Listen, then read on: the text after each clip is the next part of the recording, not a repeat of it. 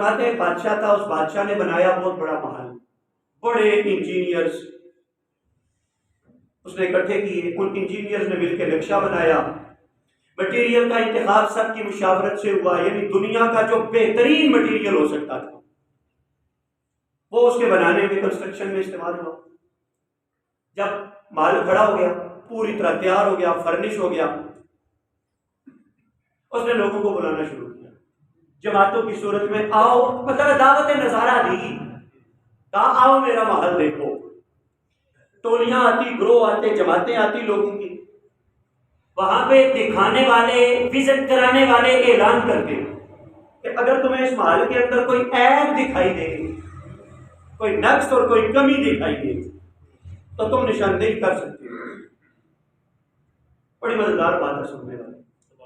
جماعتیں آتی گئیں، وہ پوچھتے کوئی عیب، سارے تعریفوں کے پل باندھتے، نہیں جی اس جیسا تو محل دیکھا نہیں، یہ فن تعمیر میں اپنی مثال آپ، کاریگری، حسن صنعت وغیرہ وغیرہ۔ جب سارے امیر، کبیر، وزیر، مشیر ان کی جماعتیں وزٹ کر چکی، آخر ایک فقیروں کی جماعت ہے، درویشوں کی جماعت کو بلایا گیا، آؤ تم بھی بادشاہ کا محل دیکھو۔ دعوت نظارہ فقیروں کو بھی دی۔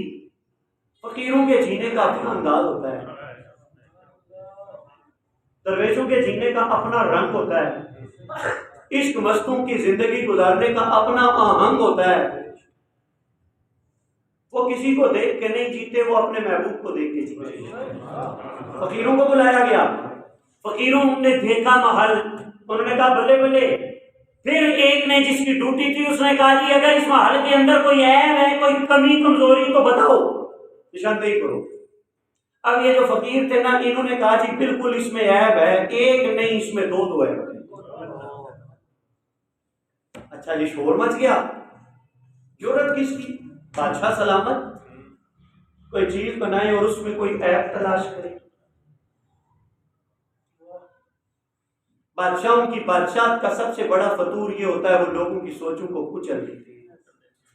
یہ بات سمجھیے، خلافت میں اور بادشاہت میں، خلافت میں اور ملوکیت میں فرق یہ ہے، خلافت حریت فکر پیدا کرتی ہے اور ملوکیت حریت فکر کو پامال کر دیتی ہے، آزادی کو دبا دیتی ہے۔ اب بادشاہ سلامت نے محل بنایا، معبرتاً کہہ رہا ہوں کہ درجنوں جماعتیں دیکھ کے چلی گئی، کسی نے نقص نہ نکالا۔ فقیروں نے کہا ایک نہیں دو دو ہے ہمیں۔ اب جب شور مچا، بات بادشاہ تک پہنچی، بادشاہ نے انہیں نہیں بلایا، بادشاہ خود اٹھ کے آ گیا۔ اس نے کہا بتاؤ کیا عیب ہے، کیا نقص؟ اب سنیے، انہوں نے کہا پہلا عیب تو یہ ہے کہ یہ محل فنا ہو جائے گا۔ پہلا عیب یہ ہے کہ یہ محل فنا ہو جانے والا ہے، اس کو بقا نہیں ہے، دوام نہیں ہے، پائیداری نہیں ہے، استحکام نہیں ہے۔ اور دوسرا عیب یہ ہے کہ یہ فنا ہو یا نہ ہو، اس کو بنانے والے نے بھی فنا ہو جانا،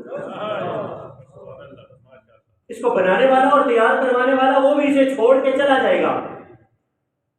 اچھا، بادشاہ کو بات تو دل کو لگی کہ بات تو سچ ہے کہ یہ بھی فنا ہونے والا ہے اور میں نے بھی کون سا یہاں رہنا ہے، تو بات جب سمجھ میں آ گئی نا، بات تو بس سمجھ میں ہی آنے والی بات ہے، بات سمجھ میں آنے والی بات ہے۔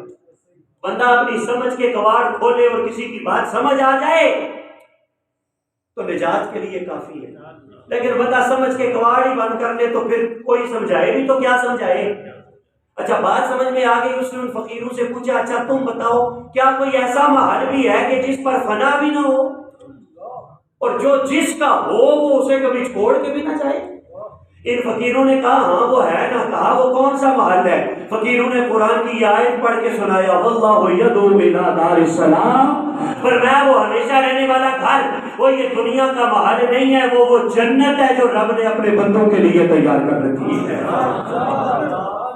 جنت کبھی فنا نہیں ہوگی، جنت جنتیوں سے کبھی جدا نہیں ہوگی، جنت کبھی فنا نہیں ہوگی، جنت جنتیوں سے کبھی جدا نہیں ہوگی۔ انہوں نے پھر اس جنت کی نعمتوں کا نقشہ کھینچا فقیروں نے، اور پھر دوزخ سے ڈرایا کچھ اس رنگ میں کہ ان کی باتیں سنی، بادشاہ نے چیخ ماری، چیخ مارنے کے بعد اپنے نائب کو بلایا، بلا کے تاج بھی اتارا، اپنا شاہی لباس بھی اتارا، اسے پہنایا اور پہنا کے کہا میں فنا کے راستے کا مسافر نہیں بننا چاہتا، میں فقیروں کی جماعت میں شامل ہو کے میں بقا کی منزل کا مسافر بننا چاہتا ہوں۔